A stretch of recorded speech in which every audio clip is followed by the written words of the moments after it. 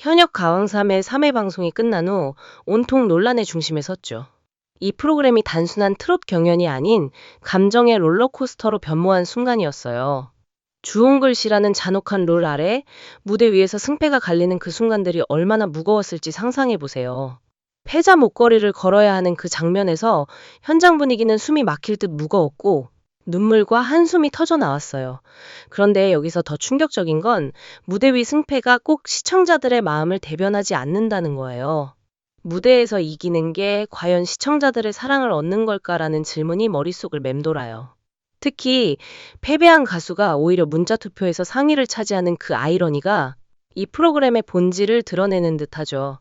이 모든 게 단순한 우연이 아니라 트롯이라는 장르가 안고 있는 감정의 깊이와 시청자들의 공감을 자극하는 결과물일 테니까요.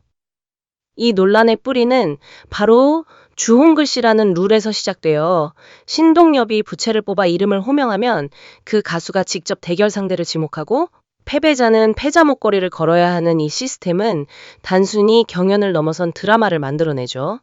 텔레비전 쇼로서의 극적 효과는 확실히 높아졌어요. 현장에서 지목되는 순간의 긴장감, 상대를 선택하는 그 손끝의 떨림, 그리고 패배 후 목에 걸리는 그 무게감이 시청자들을 사로잡아요. 하지만 이 룰이 가져온 부작용도 만만치 않아요. 가수들의 심리적 압박이 극에 달해 무대 위에서 눈물이 터지거나 목소리가 흔들리는 장면이 빈번히 나왔죠. 시청자들 사이에서는 너무 잔인하다는 목소리가 쏟아졌어요. 이게 과연 공정한 경쟁일까? 아니면 방송국의 과도한 드라마 추구일까?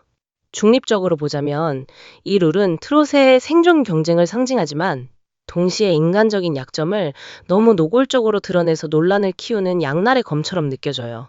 현장 분위기가 무거워질수록 시청자들의 감정도 함께 요동치게 되니까요. 그리고 이 모든 걸 뒤집는 키가 바로 대국민 응원 투표, 즉 문자 투표예요. 경연 점수에 반영되는 이 투표가 단순한 팬덤 전쟁이 아니라는 게 흥미로워요. NS 홈쇼핑 앱을 통해 하루 한 번 7명에게 투표할 수 있는 이 시스템은 특정 팬덤의 독주를 막고 다양한 시청자층의 의견을 반영하도록 설계됐어요. 그런데 1주차 결과가 공개되자 모두가 놀랐죠. 숫자 자체는 공개되지 않았지만 순위가 모든 걸 말해주니까요. 1위는 강혜연, 2위 홍자, 3위 홍지윤, 4위 이수연, 5위 김태연, 6위 솔지, 7위 빈예서, 8위 차지연, 9위 금잔디, 10위 정미애로 나왔어요. 이 순위가 왜 충격적일까요? 무대에서 패배한 가수들이 상위를 차지한 그 모순 때문이에요. 강혜연처럼 패자 목걸이를 걸었는데 1위를 한 경우는 시청자들이 무대 점수보다 더 깊은 공감을 느끼고 있다는 증거죠.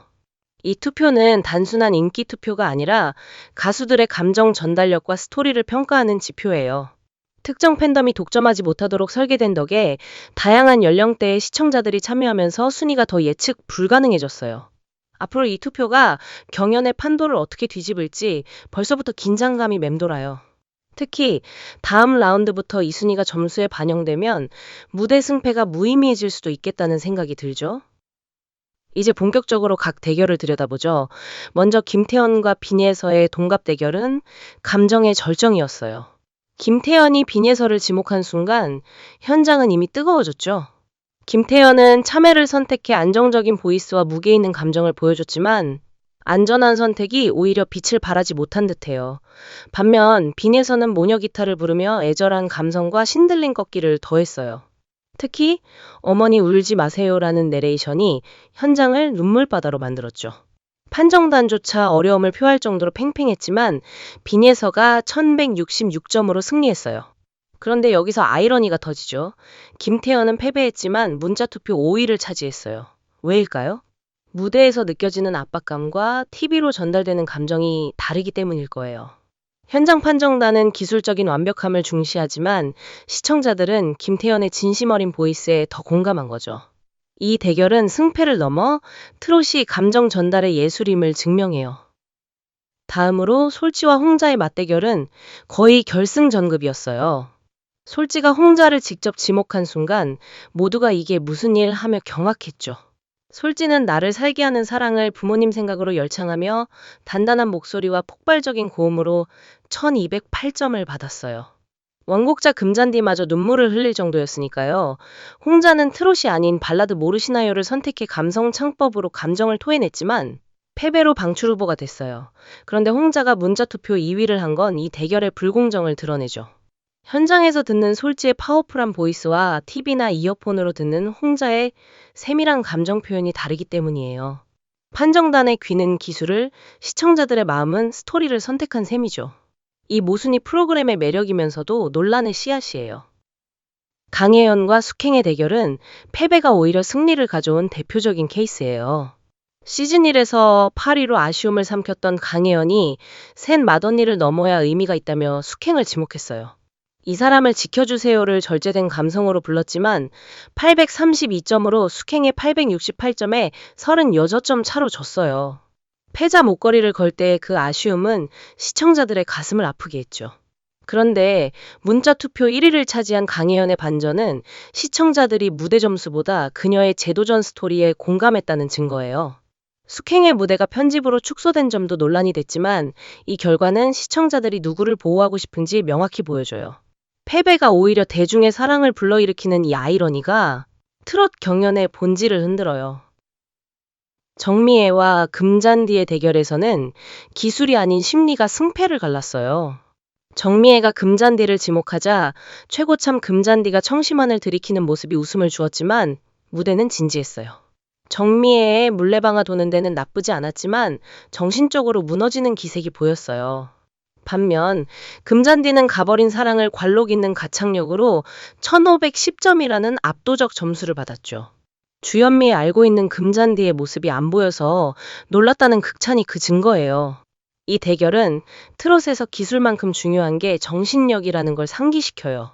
압박감이 목소리를 흔들 때 시청자들은 그 인간적인 약점을 공감하며 투표로 응원하죠. 다른 대결들도 논란의 불씨를 지폈어요.